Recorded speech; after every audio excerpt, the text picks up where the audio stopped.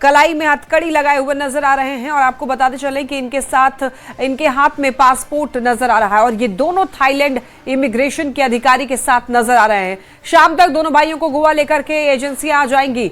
अग्निकांड के बाद बचने के लिए थाईलैंड भागे थे ये दोनों। 6 दिसंबर को नाइट क्लब में लगी आग में 25 लोगों की मौत हो गई थी। इनकी गिरफ्तारी के लिए सीबीआई ने इंटरपोल से ब्लू कॉर्नर नोटिस जारी करवाया था और इससे पहले इन दोनों ने दिल्ली की एक अदालत में अग्रिम जमानत की अपील दाखिल की थी, लेकिन बुधवार को उनको कोई राहत नहीं मिली। और गोवा अग्निकांड मामले में देखिए अब तक 6 लोगों की गिरफ्तारी हो चुकी है और ये दोनों भाई लूथरा ब्रदर्स पकड़े गए। इनको हिरासत में लिया गया है थाईलैंड में ही फुकेट में एक होटल में ठहरे हुए थे, जहां से इनको हिरासत में ले लिया गया है।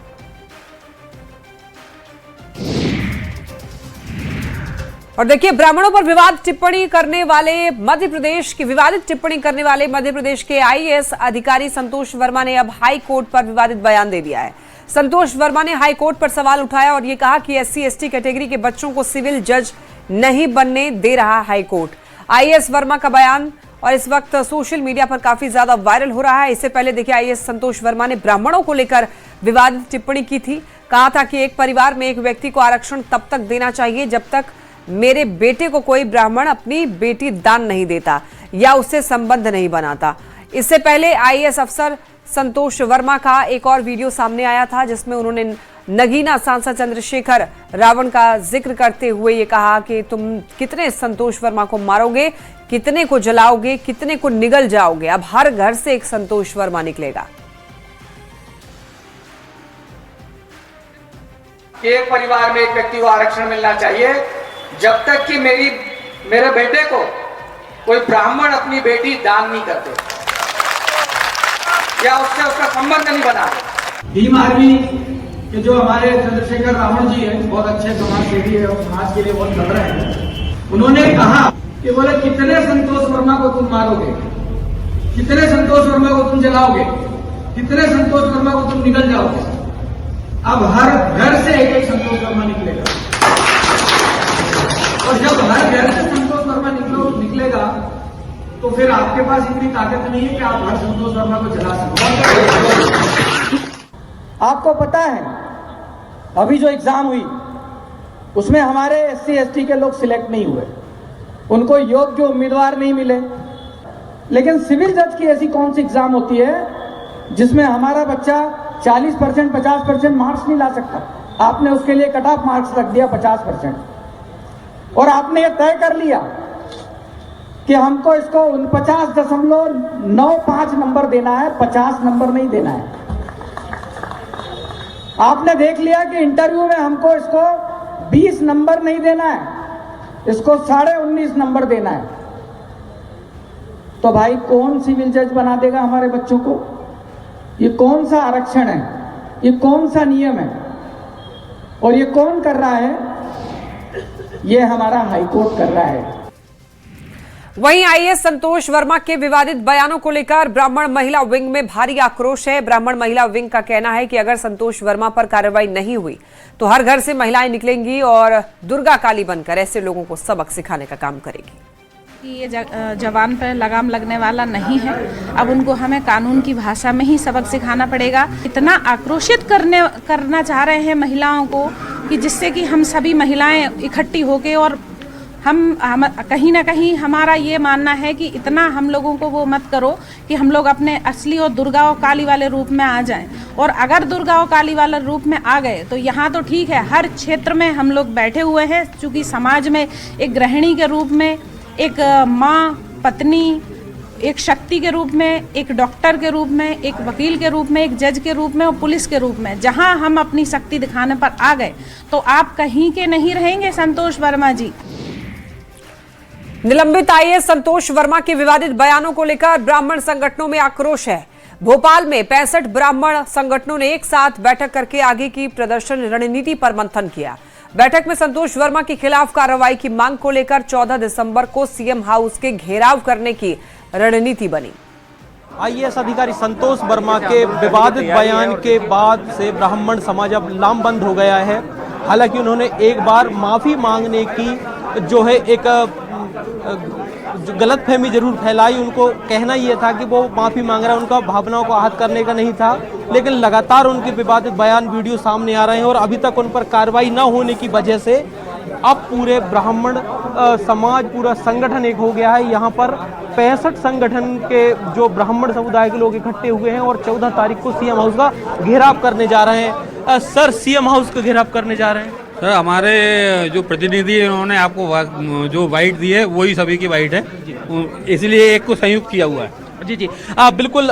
कुछ और भी ब्राह्मण समुदाय के लोगों से हम बात करने की कोशिश करते हैं। सर, सब लोग इकट्ठे हुए हैं, पूरे ब्राह्मण संगठन जितने हैं, क्या है वाकला आपका? देखिए, ब्राह्मण समाज के साथ में सवर्ण समाज भी यहाँ पर एकत्रित हुआ है। संतोष वर्मा ने सर्व समाज की बहन बेटियों के प्रति इस प्रकार की अभद्र टिप्पणी करी है वो अब 9 करोड़ देकर मिलेगा अमेरिका में स्थायी निवास। जी हां, डोनाल्ड ट्रंप ने गोल्ड कार्ड वीजा प्रोग्राम की शुरुआत की। विदेशी टैलेंट को अमेरिका में बनाए रखने का दावा ट्रंप ने किया है। गोल्ड कार्ड वीजा के माध्यम से अमेरिका के लिए उत्साहजनक है। यूएस कंपनियां अब अमूल्य प्रतिभा को बनाए रख सकेंगी।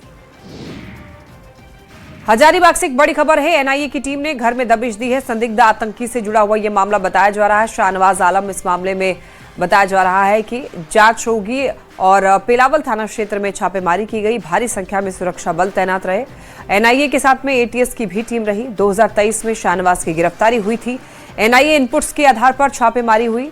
दिल्ली से शाहनवाज गिरफ्तार हुआ था और पुणे आईएसआईएस मॉड्यूल मामले में गिरफ्तारी हुई। भी अधिक के समय होने को चले हैं और हजारीबाग के पेलावल स्थित शाहनवाज के घर पर लगातार कार्रवाई जो है वो एनआईए की जारी है। अभी हम हजारीबाग के अंसार नगर स्थित है और आपको ये जो घर दिख रहा है वो शाहनवाज का है। शाहनवाज की बात कर ले तो दिल्ली पुलिस जो है उसे अक्टूबर 2023 में गिरफ्तार की थी और उन पर आरोप था कि जो विस्फोटक के सामग्री बनाए जा रहे हैं उन सभी चीजों को लेकर जो है एनआईए की टीम ने उन्हें गिरफ्तार किया था। बता दें कि वो जो है 3 लाख रुपए का इनामी भी था। पूर्व दिनों की बात कर ले तो जो 2023 में यहाँ पर एनआईए की टीम पहुंची थी और उस वक्त भी जो है यहाँ से गहनता से छानबीन की गई थी और आज जो है पुनः शाहनवाज के पैतृक आवास पर एनआईए की टीम पहुंची है और गहराई से छानबीन कर रही है। सुरक्षा की अगर बात कर ले तो सुरक्षा के दृष्टिकोण से जो सीआरपीएफ के जवान है, सीआरपीएफ के जो पदाधिकारी है वो यहाँ पर मौजूद है और वो जो उन्होंने जो है वो घेराबंदी किए हुए ताकि किसी तरह का जांच में जो है बाधा उत्पन्न ना हो। देखने वाली बात हुई कि लगातार अहले सुबह से ही यह जो कार्रवाई चल रही है, ऐसे में जो है एनआईए की टीम को और भी क्या कुछ अहम जानकारियां जो है वो हासिल होती है। इसके साथ ही जो है अहम दस्तावेज जो है वो प्राप्त होते हैं। सुशांत सोनी, न्यूज 18, हजारीबाग। धनबाद में पिछले 10 दिनों से जारी जहरीली गैस रिसाव का अब तक कोई समाधान नहीं हो सका है। इस गैस रिसाव की चपेट में अब केंदुआडीह पुलिस थाने भी आ गई है।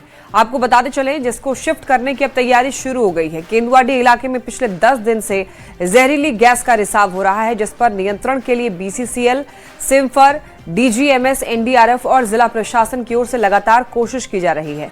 गैस रिसाव से आम लोगों को नुकसान न हो, इसको लेकर राहत शिविर की व्यवस्था भी की गई है। वहीं केंदुआडीह थाने के पुलिस जवानों को इस खतरे से बचाने के लिए एसएसपी प्रभात कुमार ने थाना को शिफ्ट करने की बात कही, जिसके लिए जगह तय की जा रही है। गैस की स्थिति तो आप लोग को भी इसी क्षेत्र से आप लोग हैं। गैस की स्थिति जो सीमा है सुरक्षित उससे अधिक है, बहुत जगह में अधिक है, कहीं कहीं कम भी है और यह खतरनाक गैस है सीमा, और इससे दूर रहना, अपने को सुरक्षित दूरी बना कर रखना अति आवश्यक। आप जान ही रहे हैं कि लगभग पिछले 1 सप्ताह से पूरी टीम, हम लोग हो, जिला प्रशासन हो, बीसीसीएल हो, भारत सरकार से भी काफ़ी सीनियर अफसर दौरा कर रहे हैं। तो एक मेजर प्रॉब्लम है केंदुआडीह एरिया में, वहाँ भी थाना भी हमारा वहीं है, तो थाना को भी वहाँ से शिफ्ट करना है, जिसके लिए ऑलरेडी प्रक्रिया चल रही है और बहुत जल्द थाना को भी वहाँ से शिफ्ट कर लिया। वही हम लोग अभी चयन कर रहे हैं, क्योंकि इमीडिएट शिफ्ट करने के लिए बिल्डिंग भी चाहिए। थाना वहाँ से जा करके काम कर कैसे काम करे उसके लिए एक भवन भी चाहिए, तो वो प्रक्रिया चल रही है। डीसी साहब से मेरी बात हो रही है और पूरी टीम लगी हुई है, बहुत जल्द वहाँ से थाना को भी शिफ्ट करेंगे। खबर भागलपुर से, जहां तिलका मांझी थाना के पास तेज रफ्तार का कहर देखने को मिला। एक तेज रफ्तार कार अनियंत्रित हो गई और तेज झटके के साथ सड़क किनारे लगे बिजली के पोल से टकरा गई। कार की रफ्तार इतनी तेज थी कि लगभग 40 मीटर तक कई बार पलटते हुए सड़क पर घिसटती चली गई और यह हादसा इतना भीषण था कि कार के चारों चक्के ऊपर की ओर हो गए और एक टायर उखड़कर दूर जा गिरा। गाड़ी का आगे का हिस्सा पूरी तरीके से चकनाचूर हो गया। हालांकि गनीमत ये रही कि इस हादसे में कार ड्राइवर बाल बाल बच गया। खबर पटना से, जहां जानीपुर के मुरादपुर में देखिए पुलिस और अपराधी के बीच मुठभेड़ होती है। पुलिस ने अपराधी राकेश कुमार को पैर में गोली मारी, जिसके बाद उसे एम्स में भर्ती कराया गया और वो पिपरा थाना क्षेत्र के साहबाजपुर का रहने वाला है। बैंक कर्मी से रंगदारी मांग रहा था।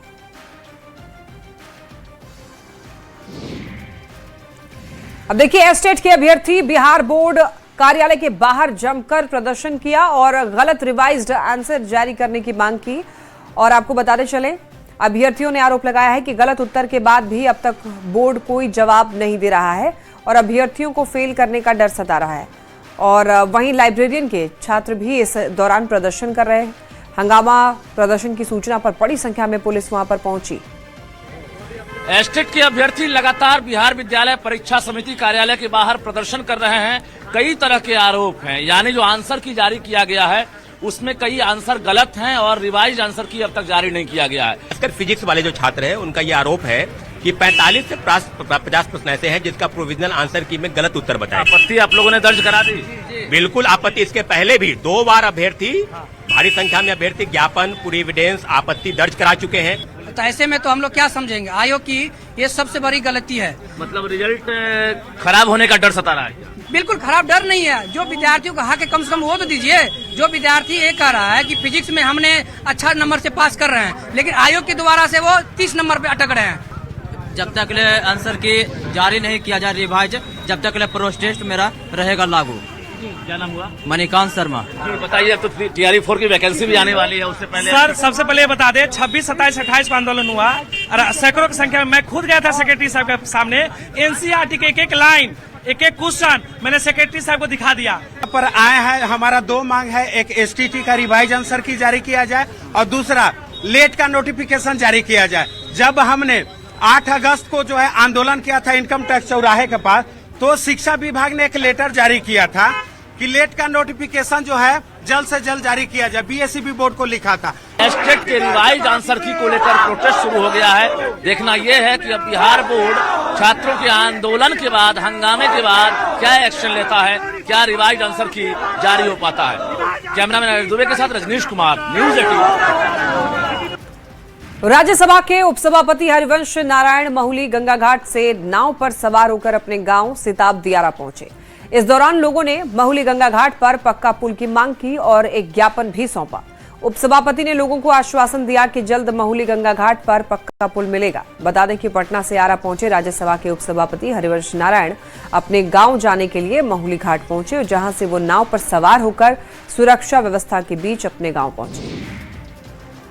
बिहार के डिप्टी सीएम विजय सिन्हा ने अवैध बालू खनन और भ्रष्टाचार पर सख्त कार्रवाई का ऐलान किया। अवैध बिक्री होने पर संबंधित थानेदार पर कार्रवाई का निर्देश दिया। अवैध खनन की सूचना देने वाले को 10,000 रुपए का इनाम देने की बात की और अवैध कारोबार में शामिल किसी भी व्यक्ति को बख्शा नहीं जाएगा, ये भी उन्होंने कहा। सरकार की इस सख्ती के बाद ऐसा लग रहा था कि बिहार में अवैध बालू की निकासी बंद हो जाएगी, लेकिन न्यूज 18 की पड़ताल में जो खुलासा हुआ है बेहद चौंकाने वाला है। बिहार में यहाँ पर दरअसल बालू की जो अवैध खरीद बिक्री का काम है वो पूरी तरीके से प्रतिबंधित है, लेकिन बावजूद इसके बालू माफिया सक्रिय हैं और मनमाने ढंग से बालू की खरीद बिक्री कर रहे हैं। और यहाँ पर बालू ढोने वाले ट्रैक्टर ड्राइवर ने न्यूज 18 के कैमरे में अवैध रूप से बालू की खरीद बिक्री की बात को स्वीकार किया है। तो एक तरफ देखिए, जहां सरकार बालू के अवैध खनन और खरीद बिक्री पर रोक लगाने की कोशिश कर रही है, तो वहीं इन ड्राइवरों ने बातचीत में जिस तरीके से बालू खनन की बात बताई, उससे ये साफ होता है कि इन लोगों में ना तो सरकार का डर है और ना ही प्रशासन का। लोकसभा में ई सिगरेट को लेकर देखिए खूब हंगामा हुआ। अनुराग ठाकुर का टीएमसी सांसद पर आरोप। टीएमसी सांसद सदन में ई सिगरेट पी रहे हैं और क्या ये सिगरेट को परमिशन दे देगी? लिखित शिकायत दीजिए, कार्रवाई की जाएगी, स्पीकर का ये कहना है। बिल्कुल सर, हाथ जोड़ के आपसे पूछ सर सदन की जानकारी के लिए है सर। देश भर में ई सिगरेट बैन हो चुकी है। क्या सदन में आपने अलाउ कर दी है? नहीं, कोई मान्य सदस्य को कोई भी सर टीएमसी के सांसद पी रहे हैं सर टीएमसी के सांसद सर कई दिनों से लगातार बैठ के पी रहे हैं सर। कोई भी मान्य टीएमसी के सांसद पी रहे हैं सर चेक कर नहीं सर आप चेक करवाइए सर। एक मिनट व्यवस्था दे रहा हूं। सर सदन में अगर सिगरेट पीना अलाउ कर दिया है। एक मिनट प्लीज। मैं सभी मान्य सदस्यों से पुनः आग्रह करता हूं, हमें संसदीय परंपराओं और संसदीय नियमों का अनुपालन करना चाहिए। कोई भी मान्य सदस्य कभी भी ऐसा कोई विषय मेरे पास आएगा तो निश्चित रूप से इस पर मैं निश्चित रूप से कार्रवाई करेंगे। सीएम नीतीश कुमार मोतिहारी के केसरिया पहुंचे। यहां उन्होंने पर्यटन, स्वास्थ्य और शिक्षा से जुड़ी हुई कई योजनाओं का निरीक्षण किया। इसके बाद उन्होंने जीविका दीदियों से संवाद किया। सीएम से मुलाकात के बाद जीविका दीदियों ने काफी खुशी जताई और इस दौरान मुख्यमंत्री ने अधिकारियों को काम में तेजी लाने के जरूरी दिशा निर्देश दिए। केंद्रीय मंत्री गिरिराज सिंह ने राहुल गांधी पर निशाना साधा। कहा कि Rahul Gandhi hit and run formula अपनाते हैं। जब प्रधानमंत्री और गृह मंत्री बोलते हैं तो वॉकआउट कर देते हैं। यही उनका लोकतंत्र है। ये हिट एंड रन यानी रन एंड हिट वाला ये फार्मूला राहुल गांधी अपनाते हैं। वो कहेंगे 3 बजे आएंगे, 4 बजे लोग सुनेगा, लेकिन जब प्राइम मिनिस्टर और गृह मंत्री बोलेंगे तो वो वॉकआउट करेंगे। यही उनका लोकतंत्र है। सच सुनने की ताकत नहीं। और जो एचएम ने कल कहा वो उनको हमारे गांव में है कि उनको नोचनी लग गया। और छपरा से एक बड़ी खबर देखिए। एसबीआई के एटीएम से 15 लाख कैश चोरी की खबर मिल रही है।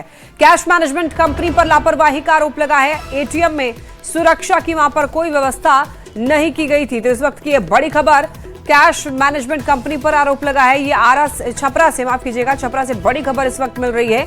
एसबीआई के एटीएम से 15 लाख कैश चोरी का यहां पर मामला है और बताया जा रहा है कि उस वक्त वहां पर सुरक्षा की कोई व्यवस्था नहीं थी, कोई गार्ड वहां पर मौजूद नहीं था और लापरवाही की वजह से यहां पर कैश चोरी हो गई है। कैश मैनेजमेंट कंपनी पर लापरवाही का आरोप लगा है। बात बेगूसराय की करते हैं। बेगूसराय में एक बार फिर से देखिए चोरों का आतंक देखने को मिल रहा है। लाखों थाना क्षेत्र के पंसल्ला गांव में चोरों ने फौजी के घर में भीषण चोरी की है। घर का ताला तोड़कर 40 लाख से ज्यादा की संपत्ति पर हाथ साफ कर लिया है और वारदात के बाद चोर वहां से फरार हो गए। घटना के बाद पूरे इलाके में हड़कंप मचा हुआ है। परिजनों के मुताबिक घर में रहने वाले दोनों भाई फौज में तैनात हैं। किसी काम से परिवार भी बाहर गया हुआ था और मौका पाकर चोरों ने बीती रात अलमारी और गोदरेज के सारे वहां पर जो ताले थे तोड़ डाले और जितना भी कुछ हाथ लग पाया चोर के वो लेकर फरार हो गए। फौजी में दोनों भाई ड्यूटी पर आते हैं और यहाँ पर घर में कोई रास्ता नहीं है। यहाँ पर दोनों भाई छोटा छोटा बच्चा है, कोई बड़ा नहीं है कि शादी ब्याह भी हो गया है। अब जो दहेज में मिला क्या नहीं मिला वो सब तो हम कुछ लोग जानते नहीं हैं, लेकिन अच्छा से ढंग परिवार जी रहे हैं तो अच्छे सब चीज होगा। अभी जो घास काटता है उसके पास भी 5 भेजे 10 भेजे रहता है ना। और दोनों भाई तो फौजे में जिनको पास कुछ अच्छा होगा। मतलब यहाँ पर कितना क्या हुआ इसका अंदाजा हम लोग नहीं लगा सकते हैं। तो दोनों भाई अपना बैठेंगे, वो भी एगो यूपी या प्रयागराज कहीं है। सामान था तो सब ले गया। अब क्या है ना है तो अपना लगभग कितने का संपत्ति चोरी हुआ? 50 लाख का सामान होगा इसमें। क्या बजे रात को चोरी हुआ ये पता नहीं है, लेकिन सुबह जब 5 बजे भोर में उठे हैं तो देखते हैं सारा आसमान छिया हुआ है। ये दोनों भाई फौजी है, दोनों भाई बाहर में रहता है। और खबर नवादा से, जहां असामाजिक तत्वों ने मैरिज हॉल के गैराज में आग लगा दी। घटना में इस घटना में बताया जा रहा है कि 4 कार 3 बाइकें जलकर खाक हो गई और इस घटना में करीब 50 लाख की संपत्ति का नुकसान हुआ है। नगर थाना क्षेत्र के गुनावा गांव में देखिए लाल बाबा मैरिज हॉल में ये घटना घटी है। देखने से यह लगता है कि कोई जानबूझ करके तो नुकसान पहुंचाने का ख्याल से किया, हालांकि किसी को देखे नहीं है। और प्रशासन से हम लोग का मांग यही हो रहा है कि विगत कुछ दिन से इस रोड तो हम लोग सीना ठोक के बोलते थे कि रात अधरात कोई आवो कोई जाओ किसी को कुछ नहीं होगा, लेकिन अब हम लोग में दहशत देखते हैं कि कभी बाजार के पास घटना हो जाता है, कभी पुल के पास बैठ के रहता है। प्रशासन इसमें निकम्मा है, प्रशासन का ज़्यादा ध्यान है नहीं।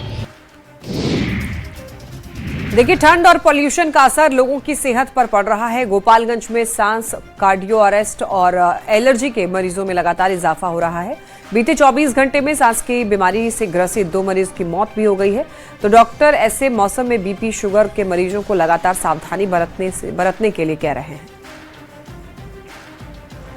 यहाँ रुकने एक छोटे से ब्रेक के लिए जल्द लौटेंगे।